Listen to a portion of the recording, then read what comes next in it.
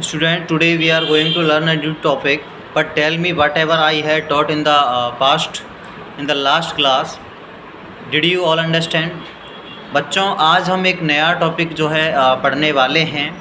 तो अच्छा बताइए कि पिछली क्लास में मैंने जो पढ़ाया था, क्या आप सबको समझ आ गया था? Sir, I have not understood the second question. I received and asked my brother, and then finally I could understand. अच्छा सर, दूसरा प्रश्न समझ में नहीं आ रहा था। मैंने दोबारा पढ़ा था और फिर अपने बड़े भैया से पूछा था, तब जाकर कहीं समझ में आया। ये कह रही है प्रिया। ओके, सोहन कह रहा है कि sir I had not understand the second question but I revised and asked my brother and finally I could understand and sir the same thing happened with me. Even I found difficulty but then finally solved it. Sir, I had to ask you one thing in the fourth question, as value was 10 was not it because I put 10 and it was solved। यानी कि sir मेरे साथ भी ऐसा ही हुआ, मुश्किल तो लगा पर फिर मैंने जो है कर लिया। अच्छा सर, एक बात पूछनी थी, वो जो चौथा प्रश्न था ना, उसमें a की वैल्यू 10 रखनी थी कि नहीं? मैंने 10 रख कर किया तो वो हो गया था।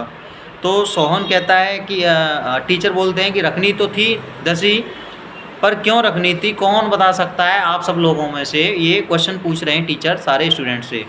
तो रोहन बोलता है क्या? Sir, it's because A equal to B plus C and and P is 3 and C is 7, so it's make 10. Okay, यानी कि सर ए की वैल्यू 10 इसलिए रखनी थी क्योंकि ए बी और सी के योग के बराबर है। बी है 3 और सी है 7, तो हो गया 3 और 7 मिला करके 10 हो गया। तो सर बोलते हैं absolutely correct, all right. Now what we do is rather then going for the new chapter, let's revise the yesterday's one, it will develop better understanding. तो टीचर बोलते हैं कि बिल्कुल सही है आपका जो जवाब आपने दिया। चलो ठीक है, अब ऐसा करते हैं कि नया चैप्टर पढ़ने के बजाय ना कल वाले को ही रिवीजन करते हैं, यानी कि दोहराते हैं, तो ज़्यादा बेहतर समझ में आ जाएगा। ऐसा कहना है किसका? सर का।